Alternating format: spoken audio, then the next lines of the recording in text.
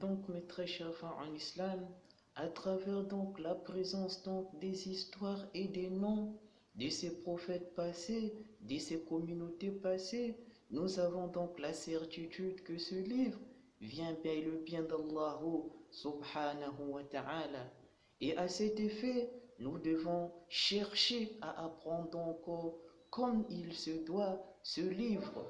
Le musulman, c'est celui qui ne réside pas, qui ne vit pas dans l'insouciance, dans l'ignorance. Il doit donc chercher donc à apprendre sa religion, car Allah subhanahu wa ta'ala dit I'rifuni qabla an ta'buduni.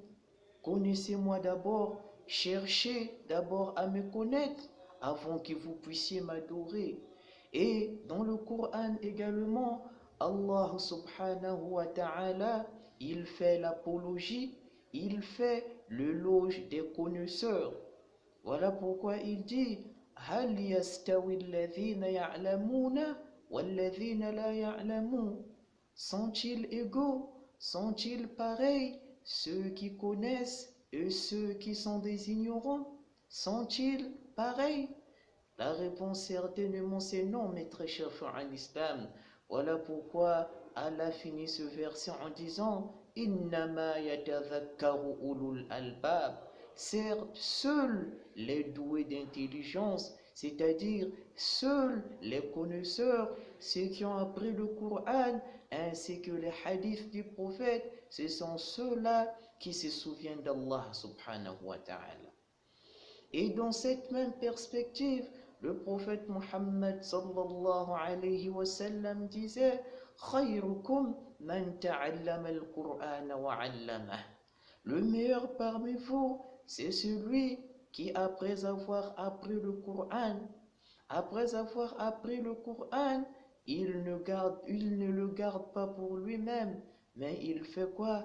Il fait le balagh, il fait la transmission et il enseigne cela aux autres après lui, mes très chers frères en islam. Donc, nous devons donc nous efforcer, nous devons nous exprimer à faire quoi? À apprendre encore à lire ce Coranul Karim, à comprendre cela et à méditer donc sur cela. Car il ne suffit pas seulement de lire cela, mais il suffit aussi de faire quoi? De comprendre cela et de mettre cela en pratique.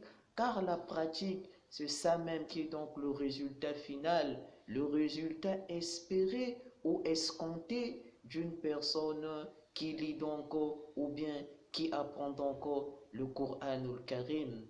Et mes très chers frères en islam, cette parole, lorsque pour la première fois, après des années, lorsque les djinns ont encore entendu un message venant d'Allah subhanahu wa ta'ala, après des siècles et des siècles, après des messagers passés, ils ont entendu cela à travers le port du prophète Muhammad sallallahu alayhi wa sallam. Les djinns se sont donc étonnés. Voilà pourquoi il dit Inna sami'na Qur'anan ajaba yahdi ila ar-rushdi fa amanna bihi wa lan nushrika bi rabbina ahada.